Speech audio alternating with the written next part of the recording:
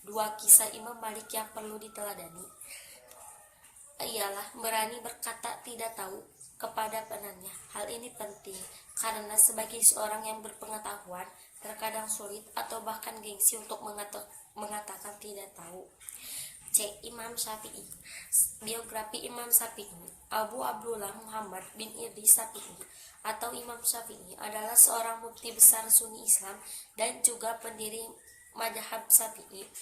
Beliau lahir pada tahun 150 Hijriah di Gaza, Palestina. Pada tahun yang sama wafat Imam Abu Hanifah, seorang ulama besar Sunni Islam, dan beliau wafat pada malam Jumat menjelang subuh pada hari akhir bulan Rajab pada tahun 204 Hijriah atau tahun 809 Masehi, usia 52 tahun. Ayah Imam Syafi'i meninggal setelah 2 tahun kelahirannya. Lalu ibunya membawa ke Mekah, tanah air nenek moyang. Sejak kecil beliau cepat menghafal syair, pandai bahasa Arab dan sastra. Kisah Imam Syafi'i yang perlu diteladani. 1. Tidak sewenang-wenang meskipun kepada murid.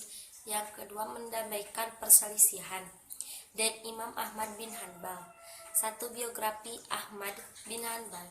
Lahir di Baghdad pada bulan Rabiul Awal tahun 160 Hijriah. Saat masih anak-anak ditinggal wafat oleh ayahnya yang gugur dalam pertempuran melawan Baijatum.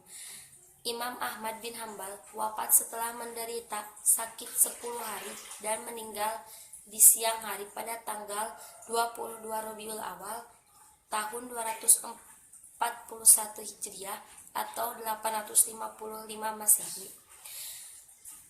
Kisah Imam Ahmad Hambali yang perlu diteladani.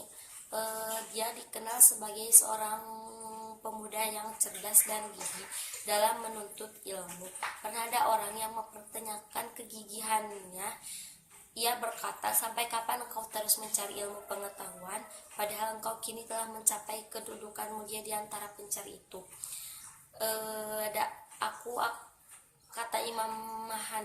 Kata Imam Hamba Ahmad, ia berkata, "Aku akan membawa dawat ini sampai ke liang lahat."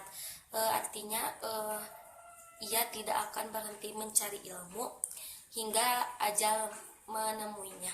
Sekian, terima kasih. Wassalamualaikum warahmatullahi wabarakatuh.